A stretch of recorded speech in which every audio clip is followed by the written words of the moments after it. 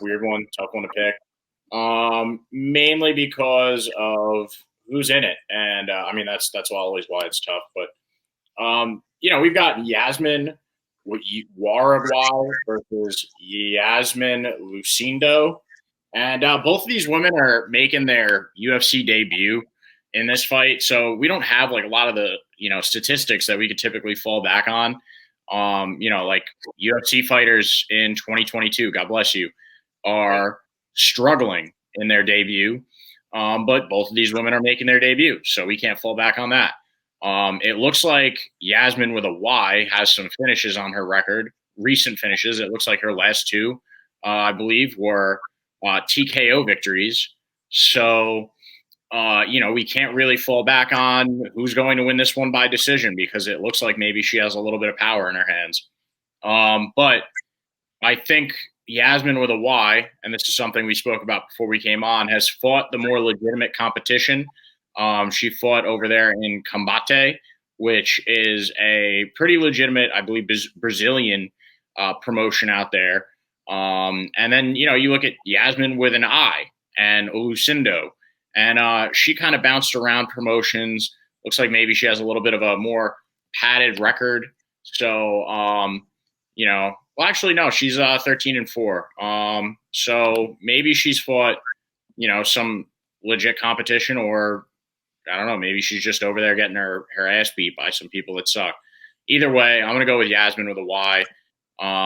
This one's just kind of picking with gut here. So, plus she's like a slight favorite with Vegas, and they don't like to lose money, so I'm going to side with Vegas on this one and take Yazmin with a Y with the last name that starts with a J, which I look forward to hearing probably Brendan Fitzpatrick say this weekend for the first time.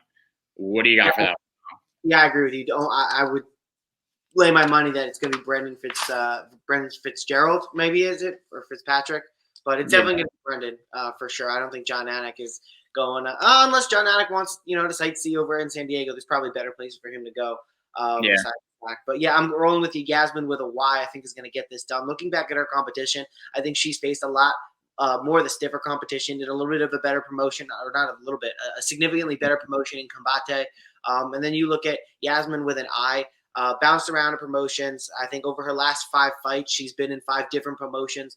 Up until this point, I think looking at her record, at 13-4, she's been in a lot of fights that have counted, but her record is not against a lot of different fighters who are have high records for themselves. And a lot of them, if you click into them and actually see where they are now, it's not like they're going on to do big things. These are women who fought maybe one fight following the win or the loss to Yazmin with an I. So not totally thrilled on the amount of competition that Yazmin has faced to this point. They have both a little bit of a weakness on the ground against better ground competition.